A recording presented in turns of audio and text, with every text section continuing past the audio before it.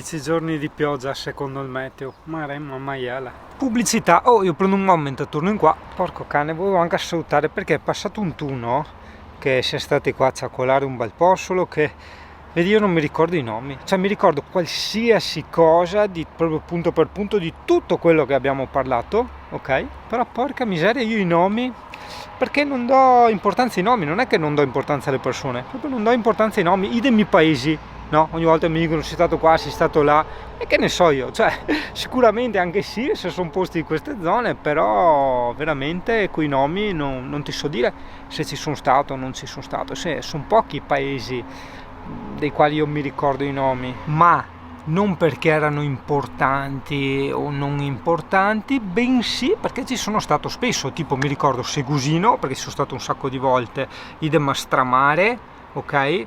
E quello più sopra ho sempre difficoltà, che è Milies, ok? Per dire Valdobbiadene, che è qui vicino, ma altri paesini no. Questo per dire che se ogni tanto trovi qualcuno, qualche tuo amico, qualche parente che non si ricorda i nomi, cioè più, beh no, forse qualche parente, qualche amico che non si ricorda i nomi sia anche grave, ma qualche diciamo conoscente che al momento così non gli viene il nome, non fraintendere, ok? Perché non è che magari è un sgrandazzone, uno non gliene frega niente di nessuno, hai capito? No, è semplicemente una di quelle persone che al nome in sé non dà importanza. Idem anche i nomi dei fiori, ogni tanto ci gioco, no? Che ti dico i nomi botanici delle piante, perché? Perché ho lavorato in un ufficio 11 anni dove si trattavano piante in vaso, no? Ma in realtà a me dei nomi delle piante non me ne frega niente, perché i nomi delle piante in realtà neanche esistono, è semplicemente un gioco che si è inventato l'uomo, ok? Ma non è che questo è un pino, quella è una rosa, assolutamente no, l'uomo dice che quello si chiama pino e quella si chiama rosa. So che può sembrarti un ragionamento contorto, ma non lo è.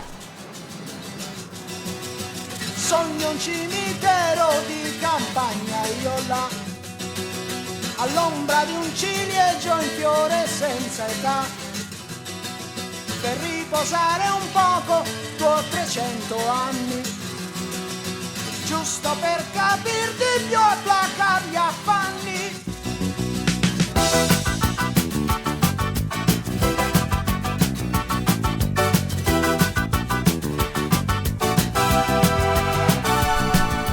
Che c'è una collezione di tu qua a Segusino, tutti a Segusino venite. Comunque io adesso voglio provare a fare un esperimento, già in notturna, ora che si vede bene.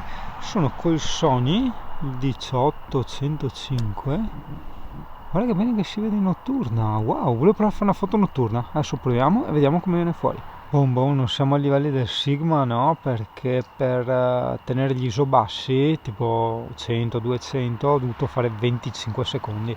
È una pace qua a Segusino, è una pace, c'è la corrente, c'è tutto, nel senso alimentari, panificio, c'è proprio tutto. E dopo in teoria dovrebbero esserci un paio di piste da enduro molto carine, in teoria, devo ancora vederle, cioè devo ancora farle. Che bellissima sorpresa, cioè proprio inaspettata, è stato bellissimo, veramente, sono stracontento. Adesso chiudo perché abbiamo le cose nostre da fare.